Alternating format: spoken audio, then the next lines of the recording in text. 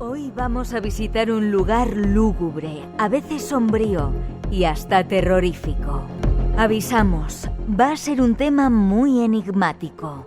Viajaremos hasta lugares donde han ocurrido hechos que pueden dañar vuestra sensibilidad. Lo hemos titulado Viaje al centro de los manicomios.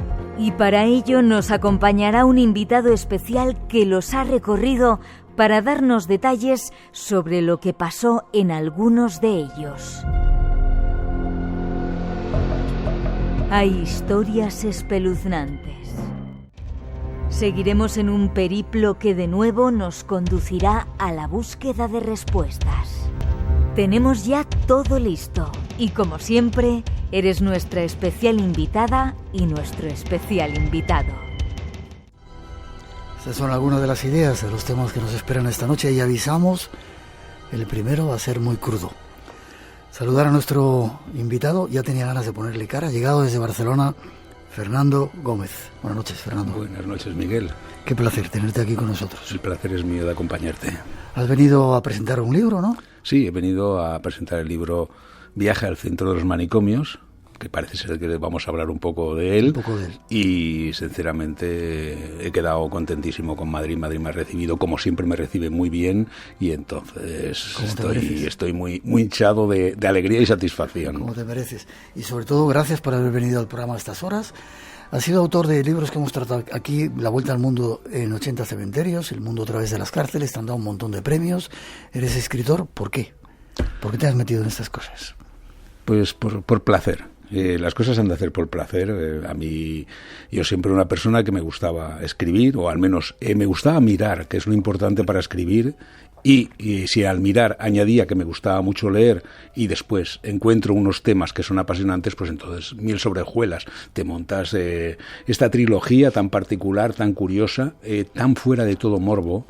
Tú comentabas los cementerios, las cárceles y los manicomios, están contados de una manera que no pretendo ese exhibicionismo barato. Sería fácil crear morbo e inventar hasta cosas y cosas que ocurren tanto en los cementerios como en las cárceles como en los manicomios, pero he pretendido dejar eso aparte. Eso está para otro tipo de estudios. Yo me he centrado en esos personajes, sobre todo aquí en manicomios, que vivieron ese momento tan trágico en la vida, ese momento en el cual pierdes tu identidad. Eran personas que habían perdido su identidad y todo ese sufrimiento que lleva para esas personas y para personas de sus alrededores. Es curioso porque cuando decidimos hacer el tema, yo empecé a leer tu libro, ¡wow! Tremendo la cantidad de cosas que cuentas de una manera muy fácil, pero lo que ahí se ha vivido. Quizá todo eso te venía, como me contabas hace un momentito, que cuando estabas en Horta, eras pequeñito, veías cómo perseguían a los... Sí. No me gusta llamarles locos, pero bueno, hay que utilizar una palabra. Sí, pues les llamemos dementes en el momento. Pues sí, ocurría. Yo vivía al lado de cerca de la plaza de Virrey Amat. Entonces yo nací en un lugar en que estaba a unos 450 metros del cementerio de San Andrés, donde jugaba pelota a mano con mi padre. Que ya entiendo que escribieras el de los cementerios entonces. Sí, que termina además en ese cementerio. Y pues a 1 kilómetro más o menos estaba un manicomio, el manicomio de Horta. ¿No había cárceles cerca? No, había que ir a la otra punta de Barcelona cuando estaba la Modelo. Entonces, por la noche se oían unos silbatos. Y esos que siendo niño te sorprendía. Entonces, se te quedan ahí metidos, ¿no? Se te quedan metidos, se te quedan clavados. Hay 2 sonidos que se me han quedado clavados, que es eso y el de la matanza de cerdo. Los que hemos vivido la matanza del cerdo, el sonido del cerdo cuando lo están matando, se te queda para toda la vida. Pues pasaban ahí, sonaban esos pitidos. Entonces, bueno, un buen día, pues miré y vi pasar una persona a correr y 3 detrás que se seguían.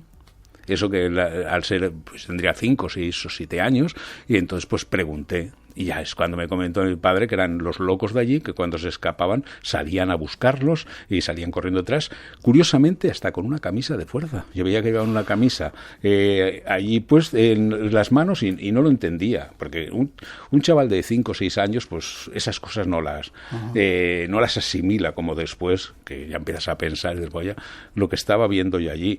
Y es un poco, eso ha sido la génesis de este libro, porque siempre la locura y el pobre loco siempre ha sido el perseguido, el marginado, la persona que le han apartado. Muchas veces hasta han montado motivos para meterlos. Hay cientos de casos de personas que en ningún momento están locas, pero las han metido allí. Hay el caso en una de los manicomios que cuento, una señora encerrada, cada día escribía un papel y lo tiraba por la ventana para ver si alguien lo cogía, porque ella decía que no estaba loca. Al final, una persona lo cogió y fue a la policía diciendo, mira lo que pone esto. La policía investigó y había sido metida por la familia al manicomio, y gracias a esa nota que ella cada día iba tirando, pues entonces consiguieron rehacer el caso de ella en el cementerio, el cementerio, no se me mezcla todo en el manicomio. Y entonces la sacaron y volvió a tener la fortuna que le había robado a la familia. Es uno de los casos que cuento. Este es nuestro invitado y con él vamos a tratar historias muy curiosas, ya veréis. Comenzamos con ello. Hoy nuestro viaje nos llevará hasta un lugar a veces lúgubre, olvidado, extraño: los manicomios. Los manicomios, hoy hospitales psiquiátricos, nos despiertan curiosidad, morbo y hasta miedo. Han servido para curar, pero también para recluir, olvidar, para apartar de la sociedad a personas difíciles de encajar. Los manicomios nos servirán para contar algunas vidas curiosas, historias al margen de lo normal, datos históricos de unos edificios singulares. Y nos ayudará en este empeño nuestro invitado. Aunque vamos a tener tiempo para hablarlo ya en este tiempo nuestro, diferencia entre manicomios y hospitales psiquiátricos. Y la diferencia la hallo en los manicomios, era el antiguo concepto de la reclusión del demente o del loco que no hablábamos antes, y el hospital psiquiátrico ya se hace otro tipo de tratamiento, ya es lo más modernizado. Vienen a hacer un poco con la famosísima Ley 180 de Franco Basaglia, que fue el precursor de, hizo descubrimientos de lo mal que estaban tratando y que veía que no tenían ningún tipo de curación, que el que estaba en un manicomio no podía salir, era imposible. Entonces él cambió todo el concepto de tratamiento, y entonces es cuando ahora ya no se llama manicomio, los manicomios ya no existen, entonces son hospitales psiquiátricos, y más que nada también son unos lugares en los cuales pues ya no están todo el día metidos, en los casos particulares sí, sino que van al tratamiento, porque el tratamiento ha cambiado radicalmente entre lo que les hacían antes y los fármacos que han sustituido muchas de las cosas que antes eran barbaridades. Luego vamos a ver en la segunda parte del programa lo que se les hacía. Anteriormente supongo que la gente que tenía ese tipo de problemas estaban endemoniados, ¿no? Claro, en la antigüedad. Era lo primero que se veía, porque se decía de ellos, porque esos movimientos convulsos que tenían, ese apartarse de la sociedad, esa propia sociedad que los apartaba, entonces estaban como unos guetos particulares, más que localizados en viviendas, estaban en unos guetos mentales, entonces solo iban entre ellos. Hasta que no llega el tratamiento o no llega a que los cojan y empiecen a tenerlos recluidos, estaban pululando por allí, estaban moviéndose, eran como, puede que muchos de los mendigos que hay ahora, que también estén pasando algún padecimiento mental y parece que no los miramos, no intentamos el entender de que esa persona igual necesita un tratamiento, pues en aquel tiempo pues era todo eso, la calle estaba llena de esos personajes, pero hasta hace bien poco, tampoco es una cosa que se remonte por el tiempo. Los árabes fueron los primeros en que empezaron a tratar un poco este tipo de cosas. Sí, bueno, los árabes iban muy avanzados. Iban muy avanzados. ¿Era Egipto? No, en la zona de Persia. Empezaron los de Persia. Pero es que aquí tenemos una muestra que, por suerte, el Ayuntamiento de Granada se ha dedicado a arreglar lo que es el Maristán de Granada. El Maristán de Granada, vemos lo que era un hospital psiquiátrico en aquella época, y es totalmente diferente a todo lo que se conocía. ¿De qué fecha estamos hablando? Estamos hablando de los años 1300-1365, entre mediados del siglo XIV. Entonces, allí ya tenían unos tratamientos tan avanzados, porque son los primeros que empiezan a conocer a ese tipo de personas como enfermos. como unos enfermos a los cuales hay que tratar, pero no hay que tratarlos mal. Entonces son los que crean la musicoterapia, son los que crean los tratamientos por agua, la comprensión. Ya dormían en habitaciones, ya estaban muy recogidos allí. Entonces el Ayuntamiento de Granada ahora ha arreglado el Maristán, entonces se puede visitar, y entonces ellos estaban muy por encima del tratamiento en los cristianos, que supongo que veremos por... Sí. Entonces estaban muy, muy, muy por encima. Cuando tú hablabas de Egipto, lo que sí se da en Egipto es la trepanación. La trepanación, que era el hacer un agujero en la cabeza y sacar una serie de huesos. Sobre esos huesos se consideraban como mágicos, que después la trepanación también llega a Europa, y tenemos cuadros del Bosco en el cual hay la famosa trepanación, y el Bosco es el primero que empieza a decir que era un fraude, porque cuando uno analiza el cuadro de la trepanación, pues vemos que es como si le estarían robando el dinero a la cartera al que se le están haciendo la trepanación. Entonces, decían que con ella podía curarse ese tipo de dolencias que tenía, ¿no? Sí, exacto. Para eso se hacían, porque decían que por ahí salía la enfermedad. Porque siempre en la medicina consideraban de que el loco no tenía una enfermedad psíquica, sino que era física total. Y por eso inventaron una silla que colgaban del techo y empezaban a dar vueltas. Le daban vueltas a toda velocidad al enfermo hasta que vomitase, porque pensaban que ese vómito era que estaba soltando todo el mal que llevaba dentro. Cosas curiosas. Te saludan ya desde el sur de Chile, Rodrigo, desde Honfoss, que no sé dónde será, en Noruega, desde Costa Rica. Un montón de gente te está saludando desde el otro lado, y mucha gente en España.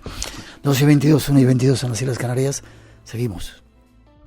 Recojamos información de esos lugares llamados manicomios que nos ofrece el canal Historia Incomprendida. Hace menos de 100 años, ser un paciente mental era una de las cosas más atroces. Hasta el siglo XX, los centros psiquiátricos eran llamados comúnmente manicomios, lugar que el diccionario de la Real Academia de la Lengua define como hospital para locos. El trato inhumano que recibían los enfermos mentales en los tempranos años 1900 en los manicomios, donde eran encerrados a la fuerza, sería calificado hoy como tortura y daría lugar a largas condenas de prisión para los perpetradores. Las mujeres llevaban la peor parte, ya que por cualquier desviación de la conducta habitual, sus esposos podían acusarlas de estar locas y encerrarlas en un manicomio. Vamos a repasar cómo era la vida en los manicomios del siglo XIX y los tempranos años del siglo XX, con su carga de horrores y tratamientos inconcebibles. Vayamos a conocer algunas de esas prácticas inhumanas que se realizaban en estos lúgubres espacios.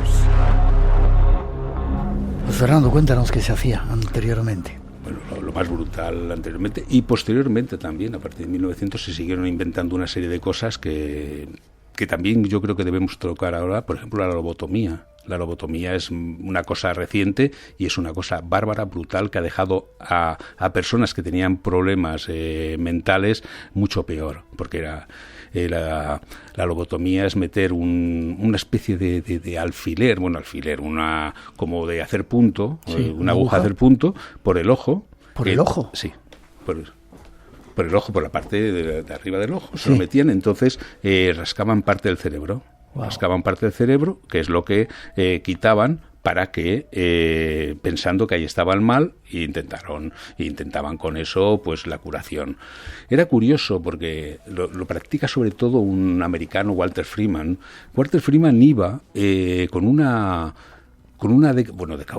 furgoneta, iba con una furgoneta con todo su equipo, iba recorriendo los Estados Unidos con un altavoz diciendo que si alguien tenía problemas con su mujer, él se la arreglaba, porque decía que con ese tratamiento ya las aplacaba, las dejaba más tranquilas y demás.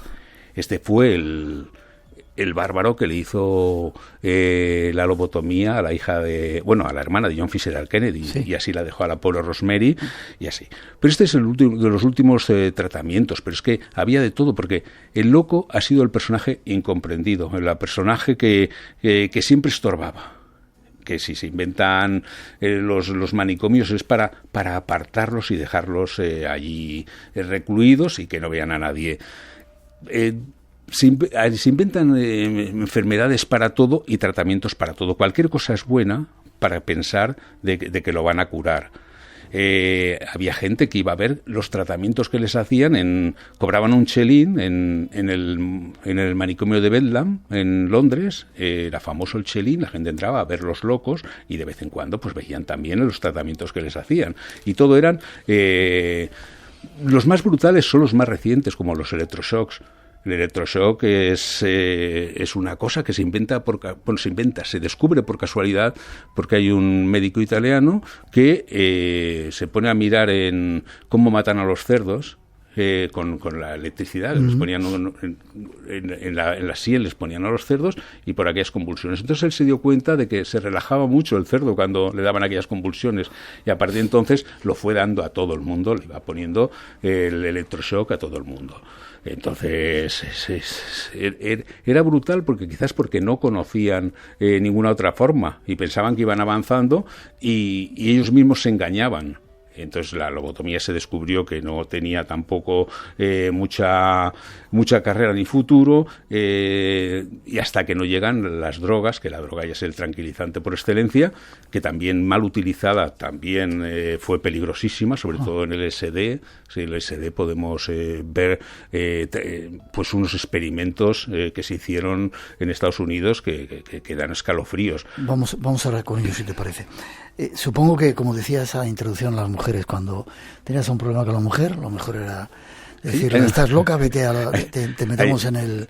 Hay un caso curioso, que es el del escritor Charles Dickens.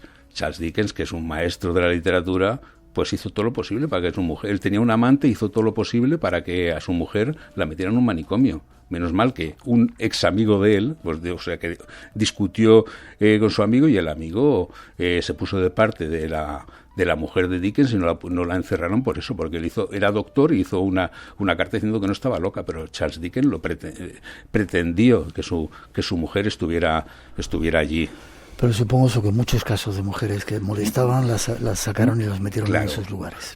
Muchísimas. La mujer siempre ha sido la parte más débil, o quizás al ser tan fuerte, lo que había que eliminar cuanto antes. Entonces, imagínate la histeria. Solo pensaban que la tenían las mujeres. Era una enfermedad exclusiva, histeria viene de útero, entonces como tienen útero, pues ya eran las mujeres, ya eran distintas.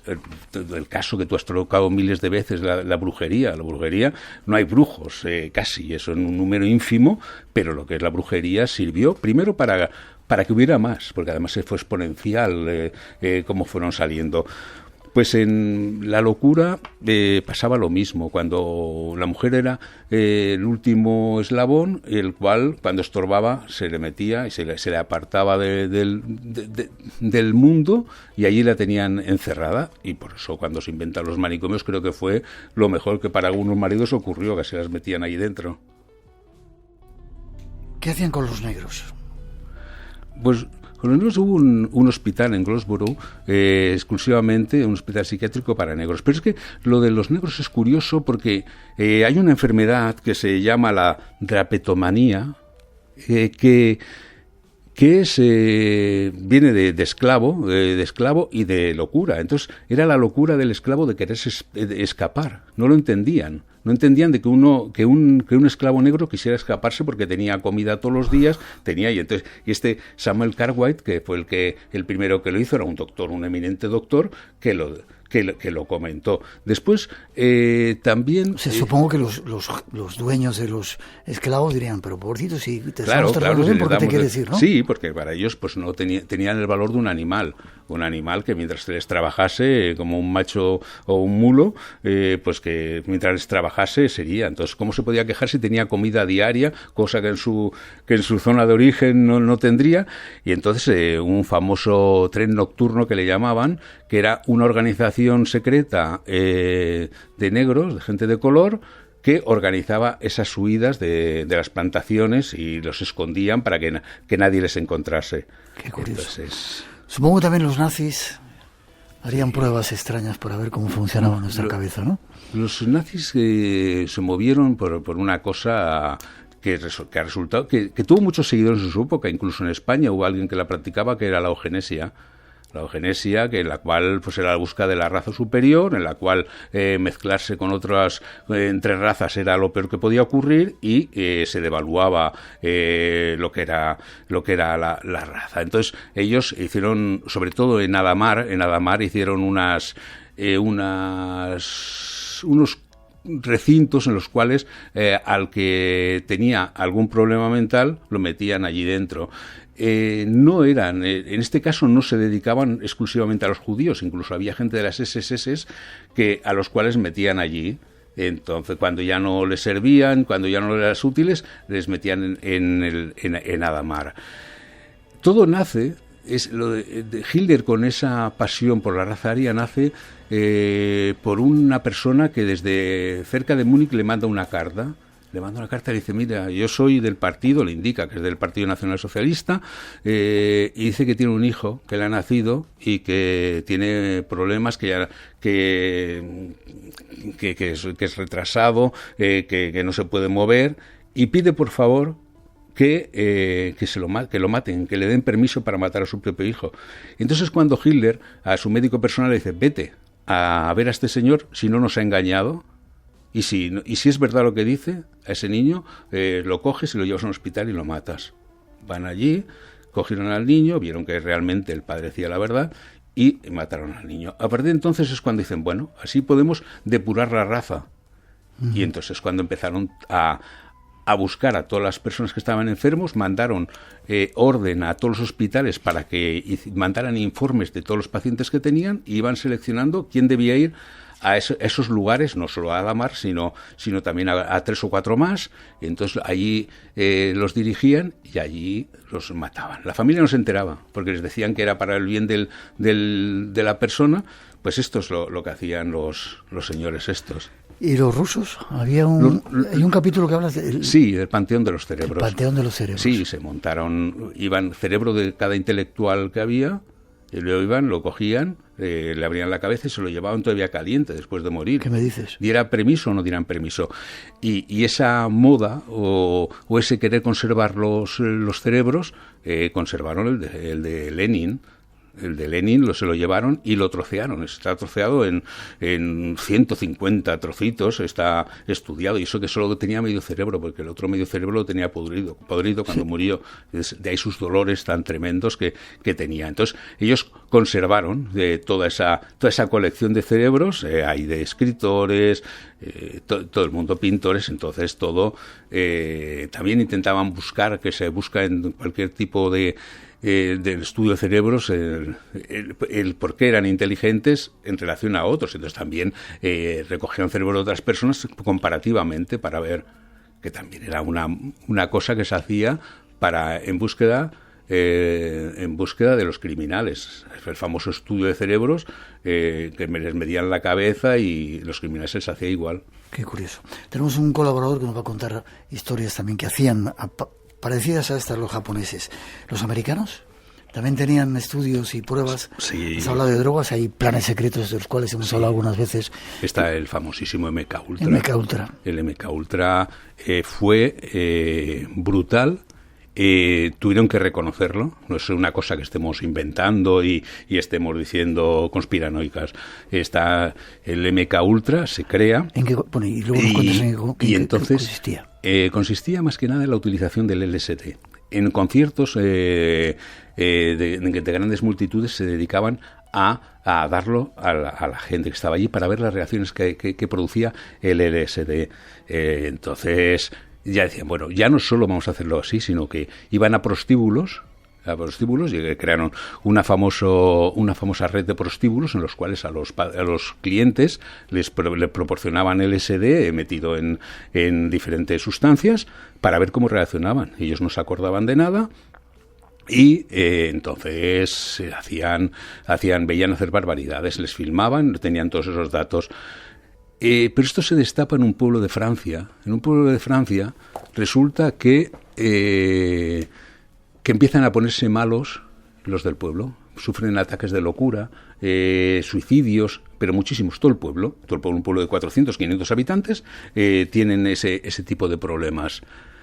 Pero hay un personaje en Estados Unidos que ha trabajado para para el gobierno y para la CIA, que hay un momento en que dice de que ya no quiere trabajar más con la CIA, que no está dispuesto a continuar con los experimentos que hacen. Y ese permanece muerto. Aparece muerto, se cae desde el balcón cuando está a punto de declarar lo que veía o que había hecho. Pues este personaje se descubre que había estado en ese pueblo.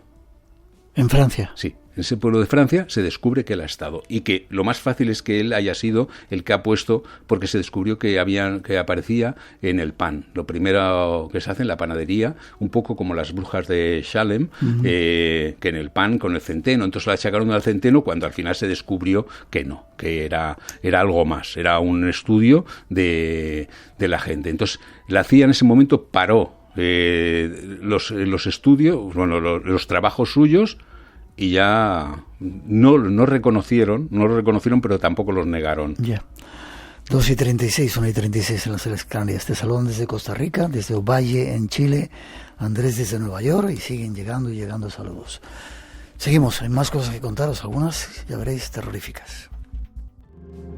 Busquemos la historia de lo que fue el primer hospital psiquiátrico de Occidente. Aquí, como dice uno, empezó todo en esta catedral, y justamente el primer domingo de Cuaresma del año 1409, que era 24 de febrero, en el que el padre Jofré venía a predicar ese sermón del primer domingo de Cuaresma, cuando se encuentra con esa imagen extraordinaria que plasmó Sorolla. Se encuentra con un loco que es perseguido por un grupo de muchachos, tratando de apedrearlo. Se pone delante del padre Jofré e impide ese gesto de persecución.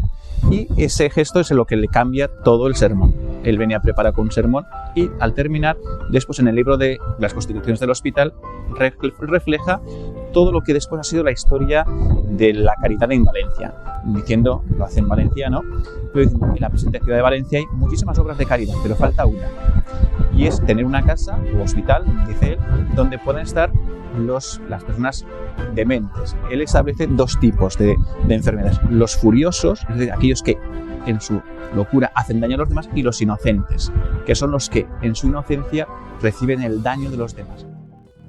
El origen del hospital hay que localizarlo con su fundador, Fray Joan Gilabert Jofré, que en 1409 lo construyó bajo el nombre de Hospital de los Inocentes. Y fue entonces cuando llegó el padre Jofré para cambiarlo todo. Qué curioso, 1409 llega el padre Jofré y construye el Hospital de los Inocentes. Déjame que lea un comentario. No estamos criticando la situación de los hospitales psiquiátricos ahora, sino viendo un poco la historia, pero nos dicen: he estado en un psiquiátrico por depresión y aseguro que es un lugar donde desaparecen los prejuicios. Todos somos iguales, empatizamos y nos rodea el amor, fuera tópicos. Qué bien que sea así, y sabemos que es así ahora, pero estamos viendo un poco la historia atrás. El padre Jofré, el primer hospital de Occidente. Que ahora se puede ver solo una puerta. La puerta de entrada todavía se conserva, la de piedra, pero ahí suelta y pasas al lado y nadie se da cuenta de que aquello fue ese gran paso dentro de lo que es la medicina, que ya era la reclusión de una serie de personas para que, por dos motivos: la una, que no hicieran daño, y otra, que no les hicieran. Cuando el padre Jofré hace el discurso, lo hace de esa manera: para que no se metan con vuestras mujeres, pero para que tampoco os metéis vosotros con ellos. ¿Por qué el Jofré? Yo supongo de dónde le viene ese amor hacia los dementes. Él es un padre mercedario. Entonces, los mercenarios, recordemos que se dedican, las relaciones que tuvieron con el mundo árabe, sobre todo para los cautivos, con los que pagaban, porque si Cervantes, los mercenarios fueron a los que pagaron para que Cervantes pudiera salir y venir. Pues los mercenarios conocían ya sobre todo de Granada. Seguro que Jofré, que tampoco el padre Jofré lo tenía cerca, él conocía eso y conocía ya los tratamientos, y que la persona demente pues estuviera en un lugar recogido. Pues simplemente el hecho de recoger a esas personas. A los que hacían daño y a aquellos a los que les hacían daño, claro, por ser diferentes. Hay que poner en valor que el primer hospital psiquiátrico de Europa fue en Valencia, hecho por gente española. Te saludan desde el aeropuerto San José de Costa Rica, van a salir de viaje y están escuchando. Y de comentario, el manicomio de Mérida se llama también Casa de Dementes y según se ha dicho, siempre allí acabaron sus días muchas personas con desórdenes de conductas, fobias, neuróticos, etcétera. Otro radicaba en Plasencia, Cáceres, etcétera, etcétera, etcétera, etcétera. 2:41, seguimos, ahora vamos a sitios concretos donde me han ocurrido cosas tremendas. Viajemos hasta otro enclave tenebroso. Se trata del Hospital Colónia de Barbacena en Minas Gerais, en Brasil. Escuchamos en brasileño algunos datos del programa Domingo Espectacular. Documento inédito sobre uma das páginas mais sombrias e desconhecidas da história do nosso país. Estas portas estão sendo abertas para revelar os detalhes de uma série de crimes silenciosos marcados por torturas e indignação que o Brasil mal conhece. Nuestro invitado nos cuenta la terrible historia de este lugar. Decían que es una página sombría de la historia de Brasil, en un lugar donde se habían hecho cosas increíbles. Dicen los oyentes que les mola mucho la serenidad que tienes contando estas cosas. ¿Dónde está ese hospital? En Minas Gerais, en Brasil, en la región de Minas Gerais. Ese es el más brutal, yo creo que es el más brutal. Hay filmaciones y fue el desencadenante. Antes estaba hablando de la famosa ley 180 de Franco Basaglia. Franco Basaglia, cuando empieza ya su gran cruzada, es cuando visita esta cárcel, porque más que un psiquiátrico era una cárcel. Cuando lo visita y ve aquellas barbaridades que hay. Barbaridades del tipo de la no medicación. Les llegaban con una pastilla azul y otra roja y la repartían, tú roja, tú azul, como una de esas películas de ciencia ficción lo llevaban.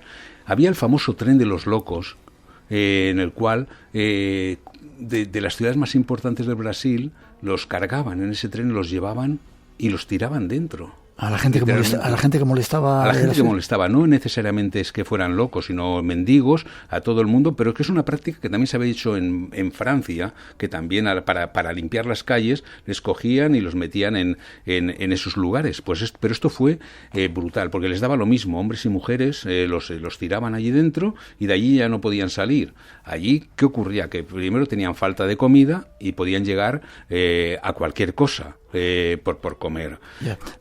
Déjame que te diga una cosa. He leído en tu libro que en 1903 ese lugar en principio era un lugar de lujo, sí, un sitio muy especial. Eso se da en muchos casos, en el cual un sitio que creado para una cosa acaba convirtiéndose en otra completamente diferente. Está ubicado en un buen sitio, con el tren que no llegaba a todos los lugares. Imagínate, el tren llegando hasta allí, pero les sirvió para meter allí, amontonarlos, y ya fornicaban porque había hombres y mujeres. Nacieron niños dentro del hospital psiquiátrico del manicomio, y que ya no iban a salir en su vida. Hay un libro impresionante que se llama Holocausto Brasileiro, que fue el gran libro documento, que después hizo una película, un documental muy interesante que se puede ver en las plataformas, e incluso creo que en YouTube se puede ver este Holocausto brasileño, y es espeluznante. La gente sin ningún futuro, los unos famélicos, el uno despiojando al otro, porque es que además la hacinación que había era brutal. Entonces eso cuando lo ve Franco Basaglia, que estaba ya estudiando para ver de qué forma podía cambiar los manicomios y convertirlos en algo más humano y que dejaran de estar encerrados los locos, se encuentra aquello. Entonces fue un impacto tremendo para él. Que gracias a esto, gracias a esta barbaridad, pues ahora están muchísimo mejor la gente ahí en el pueblo. Fíjate si vive de esto, que tiene un museo de la locura. Entonces tienen cosas relativas a la locura que se pueden visitar y te dan como con la evolución que tenía y fotos. Hay unas colecciones de fotos que se hicieron justo antes de que Basaglia lo denunciara, que son espeluznantes. Tengo entendido que como no les daban comida sólida, muchos de ellos acabaron sin dentadura, sin dientes, Claro, porque sí. y que dormían todos en el suelo porque Todos. era para 200 personas y acabaron siendo 5.000. Sí, claro, era la supersaturación, cada vez que llegaba un tren lo vaciaban allí y la comida pues se remitía a eso, a líquidos y a las pastillas dichosas estas. Entraba de vez en cuando alguien, algún médico no, nunca entró ningún médico, sino una especie de guardianes que miraban un poco y lo repartían aquello, pero estaban en condiciones infrahumanas y nadie con intención de que fuera a cambiar.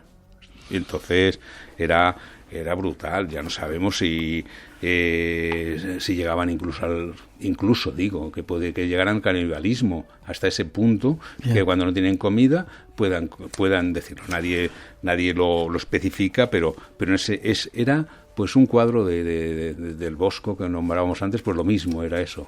Imagínate la imagen. Vámonos a Francia, ¿te parece? A otro hospital, el Hospital de Salpêtrière o algo así. Bueno, este es el histórico, este es el más grande de los... Hay dos hospitales que dejaron la huella del progreso. Era el Bedlam, que antes hemos comentado que por un centavo podías entrar a visitar a los locos, y este, que fue el que intentó pues humanizar bastante. Era un poco el tiempo de la Ilustración, entonces pretendían hacer, y ahí es donde se hacen los grandes estudios de la histeria. Está muy trabajado todo, tiene grandísimos especialistas, que hubo uno de ellos que mandó a Géricault, al pintor, que hiciera a tamaño natural unos cuadros de los rostros. Entonces cada rostro representa una enfermedad mental. ¿Para qué le pide a Géricault que haga esos dibujos? Para no tener que pasear a los locos. Porque habitualmente, cuando daban la clase, llevaban un loco allí y mostraban, ¿ves? Este tiene los rasgos de criminal, capaz de celos, la cara de lujuria. Entonces, con el cuadro a tamaño natural lo mostraban. Se habló de que el que le encarga a Géricault el cuadro, los cuadros estos, es el mismo que le dejaba a los muertos para hacer la balsa de la Medusa. ¿Qué es eso? Un cuadro. Entonces en el cuadro hay muertos desmadejados, y entonces él los tomaba se comenta de que los tomaba de ahí.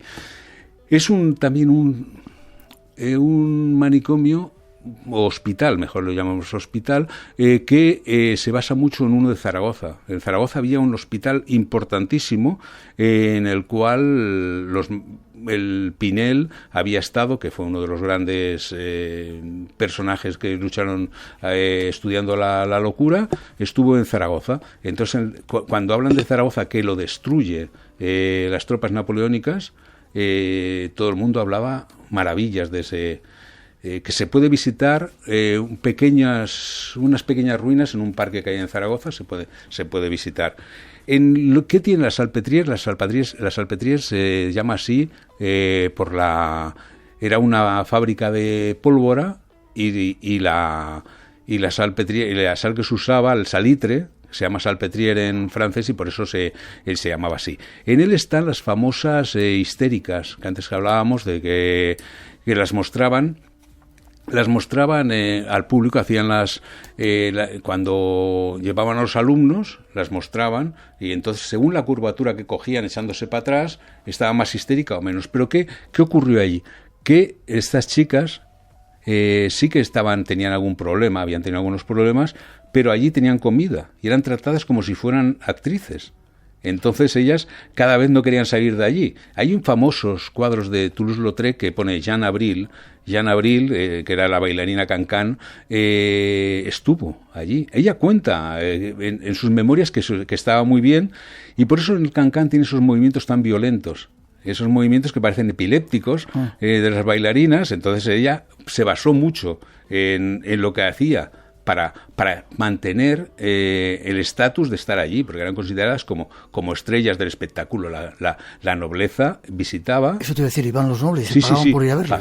Pagaban por ir a verlos, y una vez al año se solía hacer un baile en que bailaban con las locas. Entonces hay un libro francés que salió hace 2 años o 2 años y medio, que se llama El baile de las locas. Entonces eran esas reuniones que hacían, entonces las entremezclaban, eran guapísimas. La verdad es que había la más famosa de ellas es Agustín es la que más ha dejado mella en la historia, era una mujer guapísima. Se fotografiaban y entonces ves la coquetería que tenían también, haciéndose las locas. Pero ella se cansó mucho, ella se rebeló contra aquello, ya quería salir, entonces ya la trataron ya como una loca. Entonces ya no tenía privilegios, ya no tenía ni peine, ni podía ya arreglarse, y se disfrazó de hombre, desapareció y nunca más se supo de Agustín. Qué curioso. Y después otra, pues que teníamos Jean Baudon, que esta chica al final acabó siendo enfermera de la Salpêtrière. Y murió de tanto dar rayos X, perdió, pues eso, cogió las enfermedades de las radiaciones. Historias curiosas de hospitales. Nos falta uno y luego queremos contaros otra historia. 2:52, 1:52 en las Islas Canarias. Seguimos. Nos trasladamos ahora hasta Italia para conocer la tenebrosa historia de Villa Azzurra. Es uno de los puntos abandonados más inquietantes de Turín. Se le conoce como el manicomio de los niños y su historia es tenebrosa y horrenda.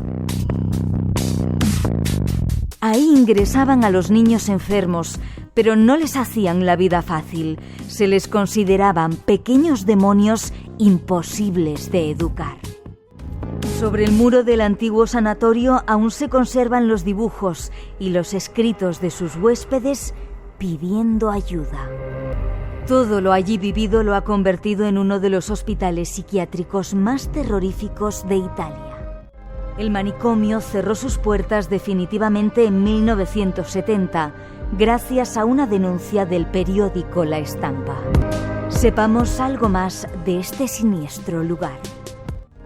¿Te imaginas, Fernando, qué lugar, no? Que los niños escribieran ayuda, aiuto, supongo que dirían en italiano.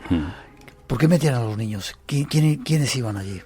No eran locos los niños estos, eran niños que estorbaban a la madre porque los había tenido fuera del matrimonio, estorbaban a mucha gente, entonces lo metían ahí. Algunos sí que tenía deficiencias, pero no, simplemente servía como guardería del que nunca más saldrían.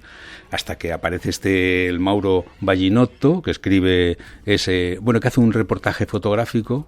Y supongo que los vigilantes, como no les preocupaba nada, permitieron que se viera a los niños atados con cadenas en la pata de las camas, y en cualquier lado estaban allí, desnudos completamente, sin haber comido, delgados, entonces todo eso. Y ahí hay un personaje realmente repugnante que era el electricista, quizá. Era el subdirector. Que le llamaban el electricista. Exactamente, Giorgio Coda le llamaba el electricista, porque además cuando se descubre todo esto y le hablan de los electroshock, él dice, bueno, eran solo electromasajes. Entonces, este personaje siniestro, que al final, lógicamente, fue quitado de allí, porque 8 años después esto ya había estado cerrado y ya también la ley la que hemos comentado antes, había cambiado todo, y entonces a este pájaro se le llamaba el electricista. Y además se enorgullecía de eso, o sea que no tuvo ningún resentimiento. Y los pobres chicos, pues eran personas que no estaban locos, pero acabaron locos la mayoría. Claro. Imagínate todo eso que se encuentran.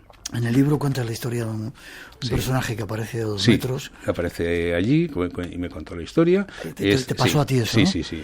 Entonces contó, estaba allí, era un personaje, porque si tú te fijas, muchos de ellos en aquella época fumaban mucho. Es lo que más se fija uno, en continuamente quería cigarrillos, era una cosa. Y miraba con dolor a según qué sitios, porque cuando se orinaban le ponían electroshock, cuando hacían cualquier cosa, electroshock. Pero ya, no conocían otra vida, cuando sacaron, pues ya los fueron dando a familias, entonces por fin esos niños pudieron tener una familia normal. Y él era un niño que había estado allí, ese personaje que te encontraste de 2 metros. ese personaje era uno de los que habían vivido allí y el personaje pues de vez en cuando se acercaba. Dio la casualidad de que yo lo vi porque está abandonado y está entre medio de la maleza. Se ven los dibujos todavía de los niños, lo que comentabas antes, se ve eso. Preguntan por una película, déjame que te la ponga antes de las noticias, a ver qué te parece y sigues en la segunda hora un ratito. Escuchadme, preparada. Voy a averiguar qué le pasa a su hijo. Podrás trabajar desde dentro, pero nadie puede saberlo. ¿Cómo se llama? Alice Gould. ¿Usted sabe dónde está? En un manicomio. Al otro lado hay un mundo regido por unas reglas muy distintas a las que estás acostumbrada.